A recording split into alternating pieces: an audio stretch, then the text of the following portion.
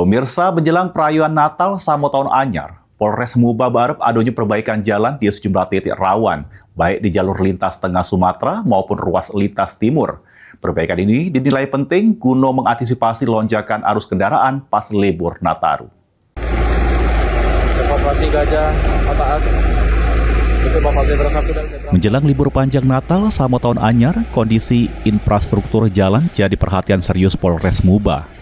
Sejumlah titik di jalur lintas tengah Sumatera sama lintas timur dilaporkan mengalami kerusakan yang berpotensi mengganggu kelancaran arus lalu lintas.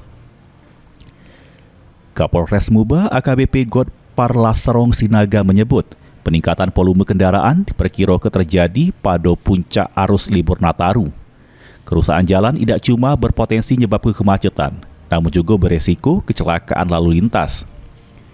Untuk itu pihaknya berharap pada pihak terkait supaya sebelum puncak Nataru, jalan-jalan yang rusak sudah dibenahi sehingga tidak mengganggu arus kendaraan. Tergambar pada saat rapat koordinasi, terdapat beberapa potensi kerawanan.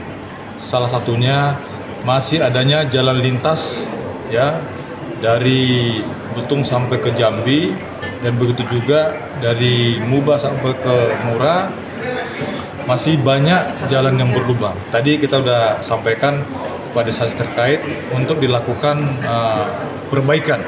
Setidaknya kita harapkan nanti pada saat puncak arus mudik dan balik, jalan tersebut sudah ada peningkatan atau sudah layak untuk dijalani pemudik. Sejauh ini, Polres Muba sudah melakukan pemetaan titik rawan kemacetan sama kecelakaan.